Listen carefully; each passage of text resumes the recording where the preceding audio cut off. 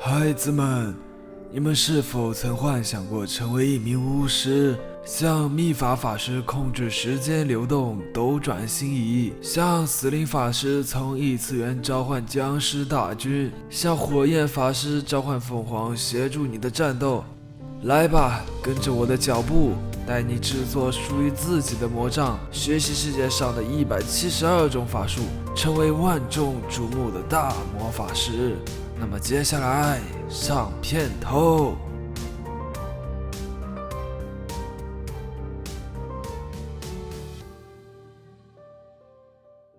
Hello， 大家好，这是从来不欺负村民的小包。今天要给大家带来的是 Webbubble Mode， 中文名字叫做巫术学模组。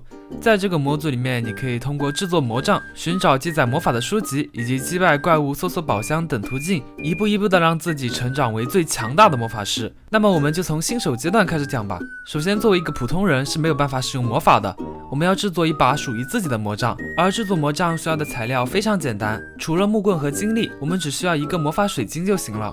在陆地上就有很大的概率会随机生成水晶花，一个水晶花就可以分解成2个魔力水晶。当然，我们也可以选择在主世界的5到30层挖矿获得这种水晶。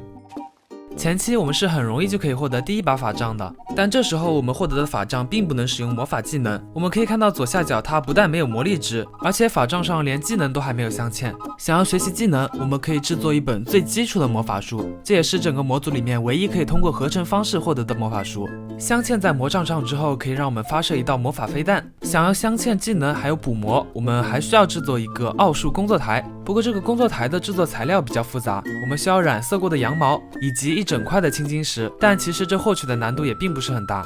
有了这个奥数工作台之后，我们就可以开始学习我们的第一个技能了。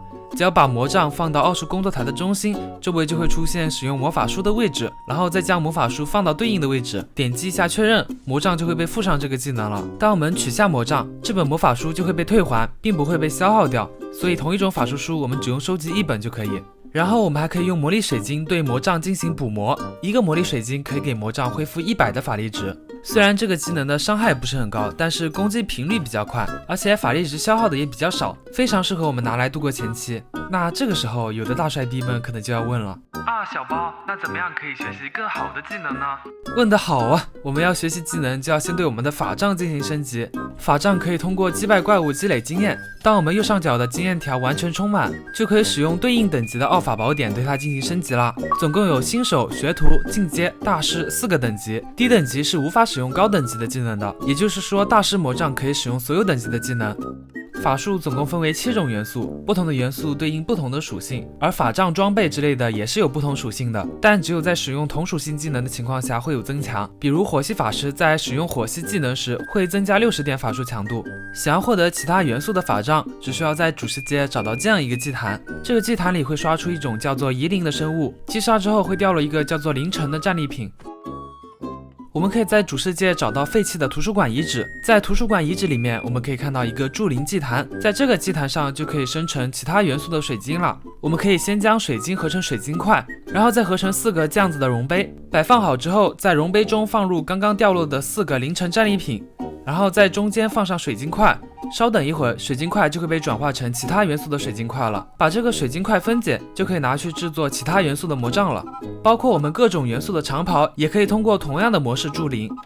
那现在其他元素的法杖有了，我们要获得各种元素更高等级的技能书，该怎么办呢？首先，我们可以在主世界找到这样子的巫师塔，在巫师塔的塔顶，我们可以找到一个老魔法师，这个魔法师可以给我们交换魔法技能或者魔法道具，就像村民一样。除了4个已有交易，还有8个可以解锁的隐藏交易，越往后的交易物品越好。当然，除了和法师交易，我们也可以在地下宝藏中开到魔法书。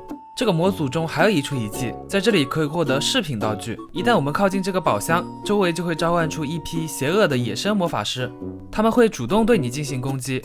不过这个宝箱中的战利品还是相当丰厚的，有几十种可能获得的吊坠，吊坠的属性非常丰富。而一旦我们落入了这个圈套，我们是没有办法逃走的。在击杀掉这些魔法师之前，我们会被一个叫做收容的屏障挡住。后期装备不错的时候，过来挑战他们也是挺好的。